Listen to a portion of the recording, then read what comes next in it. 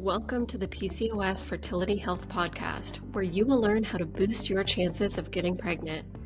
You are in the right place if you have PCOS and you are struggling to get pregnant. You are tired of getting dismissive information like, just eat better and stay on birth control. And you want fertility answers. Join me, your host, Dr. Angela Potter, to learn key steps to optimize fertility with PCOS. I am the creator of the PCOS Fertility Protocol and have also shared the stage with leaders from companies like Microsoft and Google. So get ready for another powerful episode about boosting fertility with PCOS. Let's dive in. Hello to you. I am so excited to be here with you, to have you here with me. This is the very first episode of the PCOS Fertility Podcast, and it's just really wonderful to be here right now. So I'm your host, Dr. Angela Potter, and I have got some really juicy content for you coming up on this podcast, but I want you to know that this podcast is meant for you. So what questions do you have? What content do you want to be sure that I am covering on this podcast? Please let me know. Send my team an email, info@drangelapotter.com. We would love to hear from you, and I'll make a podcast episode for you for what information you want to know about your PCOS and your fertility, okay? So today, for our first episode, we are just getting into the nitty-gritty details of PCOS. Why would you think you might have PCOS? That's what we're going to be covering first. What signs are happening in your body that's going to make you think, I need to go visit my doctor right now? Okay. Number two, we are going to talk about, once you're with your doctor, what is the different criteria that your doctor is using in order to diagnose you with the PCOS. And then third, we're going to talk about the importance of that diagnosis, what elements of that diagnosis you need in order to actually improve your chances of getting pregnant. Pretty cool, right? Okay, so let's dive in. What are the signs and the symptoms? What are you going to be feeling in your body when you're thinking, I should go get checked for PCOS? If you're wanting to get pregnant, if you're trying to get pregnant, and you're here in this community, so I'm guessing that's your story, one of the biggest things that's going to make you want to talk to your doctor about PCOS is having wonky periods, right? Wonky periods. What does that even mean, Dr. Potter? It means you're having really long periods, right? Maybe you're getting a period every 60 days. Maybe you've only had one period in the whole last year. Or maybe your periods are coming more often, but they're irregular, right? 1 month, they're actually 28 days. Another month, they're 22. The next month, it's 45. Okay, so that's an irregular period. So these issues with your cycle, your periods, that's going to give you a clue. I should go talk about PCOS with my doctor. Other things that can be happening in your body are easy weight gain, right? And particularly in the belly area.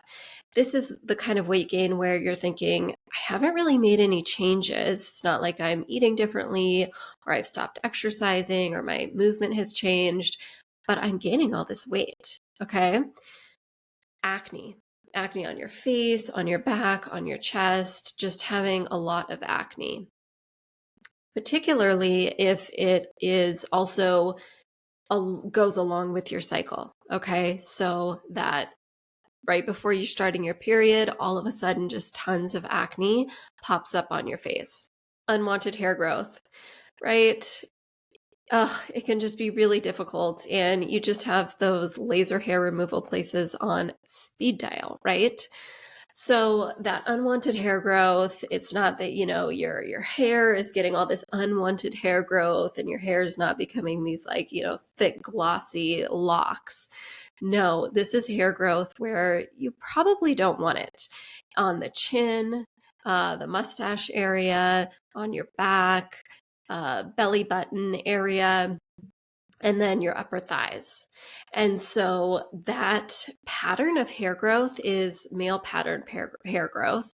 And that's from the testosterone that's running around in your body. We're going to be talking a lot about testosterone on this podcast. So, yeah, stay tuned for more info on that.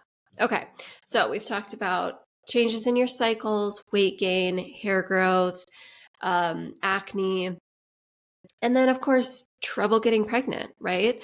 You've been trying for a few months or a year and you can't get pregnant. PCOS needs to be in the back of your mind because it is one of the most common causes of female infertility. Okay.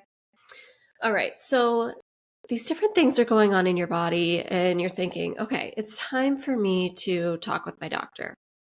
And that's awesome. What kind of information is your doctor going to use in order to diagnose you? And I will make that caveat that it's the information that we use right now because there's lots of research being done into PCOS. Now, right now, the Rotterdam criteria is still used as the diagnostic for PCOS. What that means, it's just the name of the criteria that's used. And there's 3 different parts to this criteria. You need to fit into 2 out of 3 of those, okay, in order to be diagnosed. Maybe you have all 3, sure, but you need at least 2 in order to be diagnosed. Okay, so what is that criteria? Number 1 is having cysts on your ovaries. Because, yeah, we haven't talked about exactly what PCOS means. PCOS means polycystic ovarian syndrome. So, polycystic means many cysts on your ovaries. Interesting, though, right? Having cysts on your ovaries is only one of the criteria. You don't have to have cysts on your ovaries in order to be diagnosed with PCOS. Okay, so that's just one part, one criteria, okay? The second criteria is having these elevated androgen levels. Elevated androgens are the male pattern hormones, okay? Testosterone is a big androgen hormone. You've probably heard of testosterone before. Women and people who have female hormones have some testosterone, but not a lot. And so when testosterone gets too high, that's when we start seeing the acne and the unwanted hair growth, okay? DHEA is another androgen hormone. So when either of those hormones get really high, that's a part of the PCOS diagnosis.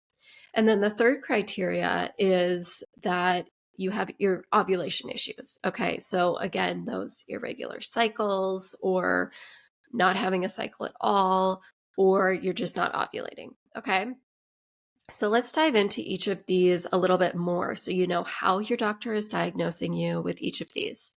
Okay, so one criteria I mentioned was having cysts on your ovaries. The one way to know that is to have an ultrasound done of your ovaries, right? That's going to be a pelvic ultrasound. And really, that's the one way to know if you have cysts. Now, there's a test, a blood test that can be run, the AMH, anti-Mullerian hormone. It's a helpful fertility lab test to be done. If it's elevated, that is another sign of having cysts on the ovaries. So sometimes doctors won't run the ultrasound, but they'll use it in conjunction with this other information. Maybe they diagnose you off of the other 2 criteria. And then if you also have the elevated AMH, they can just say, okay, in all likelihood, you have those cysts on your ovaries. Okay, so that's how you'd figure out if you have cysts. Then I mentioned those elevated androgen levels, like testosterone, DHEA. Now, those are simple, very simple blood tests to be done. You can do DHEA in saliva or urine as well. And so, but either way, it's super simple to get those done. And that'll give you a very clear answer of, okay, do you have elevated androgens?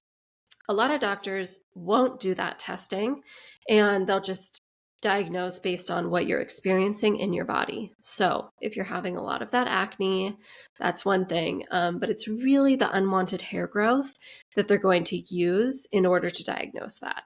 And, if you get like a couple little stubbles of hair every now and again, that doesn't mean that you should be worried about PCOS.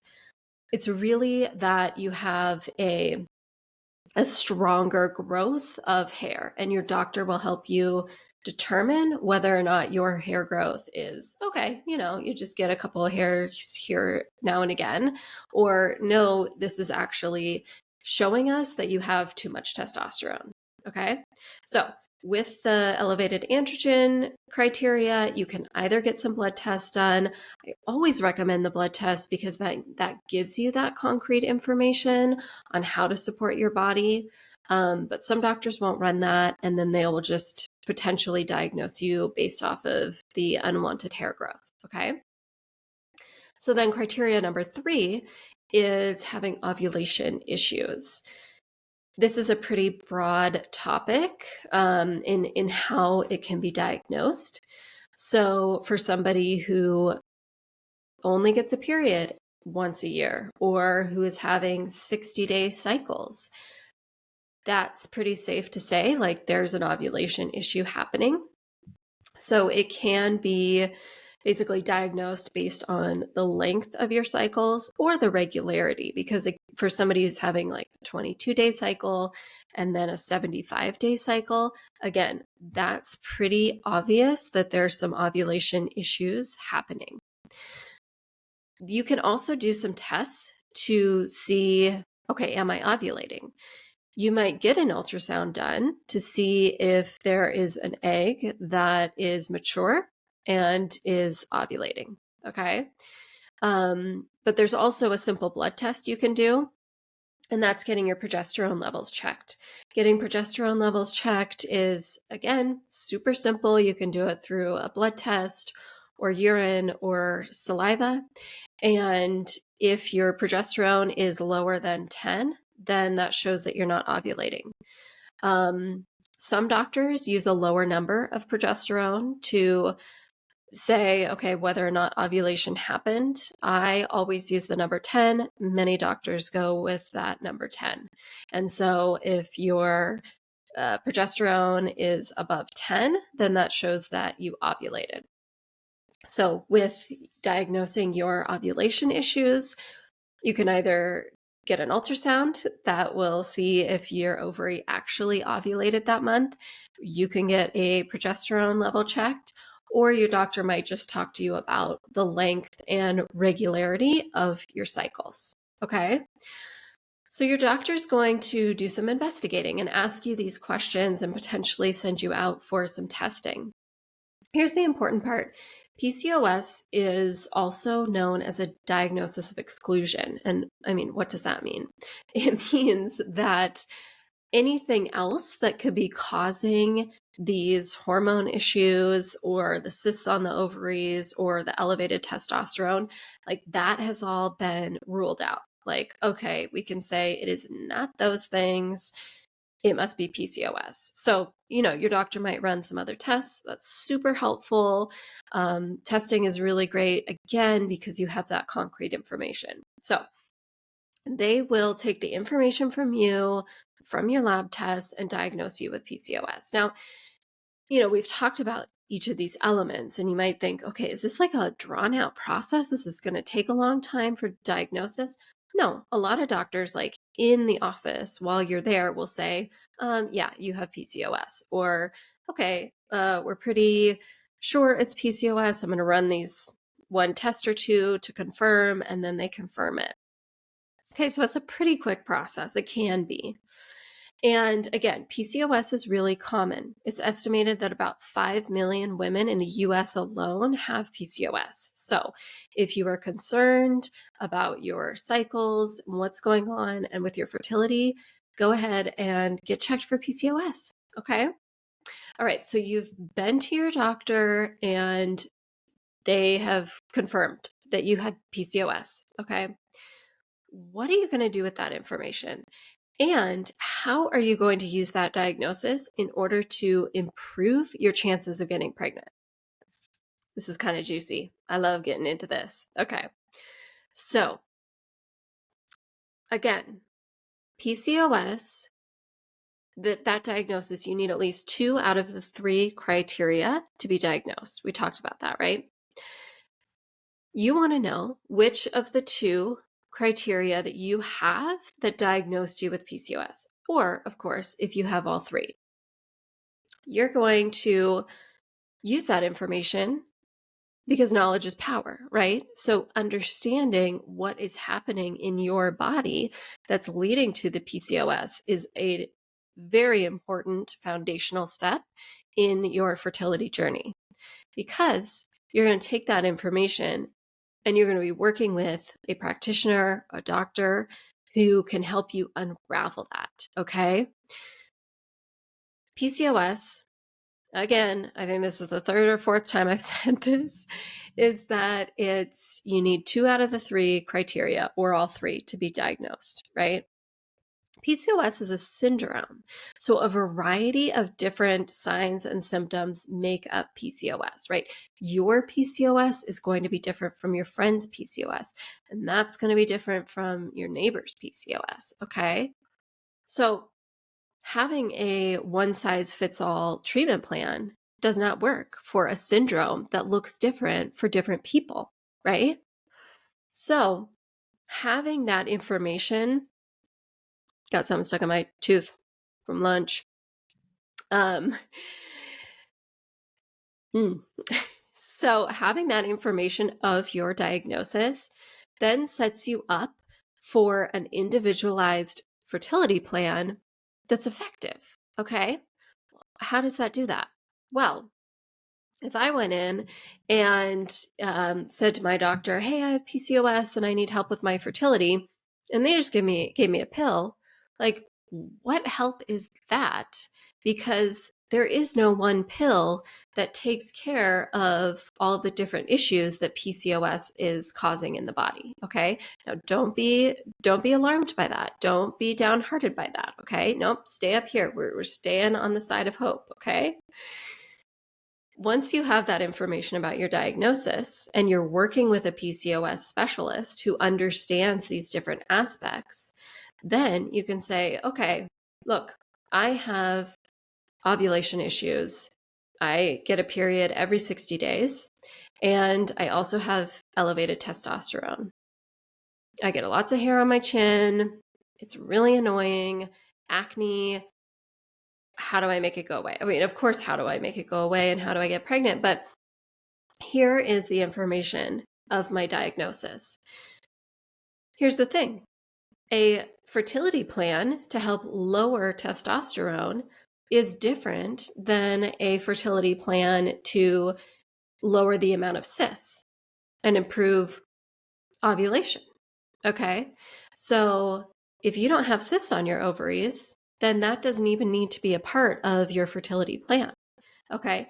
That allows your PCOS specialist, your practitioner, to really focus on, okay, you've got this high testosterone. I'm going to put you on a plan to lower your testosterone, get these hormones in balance. And you've got this ovulation issue. Do a little bit of further testing to see what else could be causing that, and then get you on a protocol that helps keep your hormones in sync and to help you reduce the time that your periods are, and just make them a little bit more normal to help ovulate. Okay, so you can ovulate, have your period, make a baby, right? Okay, so having that foundational information from your diagnosis helps improve your chances of PCOS, of getting pregnant with PCOS, because you take that information to your PCOS specialist and then they help you formulate your fertility plan based on your unique needs. It's pretty cool, isn't it? Okay. Thank you so much for being here. I just am really honored to be in this space with you. And again, if you have any questions or want to hear some content on this show, send my team a message, info@drangelapotter.com. And if you are enjoying these episodes, please leave a positive review on Apple Podcasts, because that helps other people find the podcast and this information just get out there in the world. So if nobody has told you this today, you are wonderful, and I'll see you soon. Bye. Thank you so much for being here. It is such an honor to be on this platform with you and to have you in this community. So thank you. As we wrap things up today, I want to share the legal language with you. This podcast is for informational purposes only. It should not replace the medical advice, diagnosis, or treatment given to you by your doctor.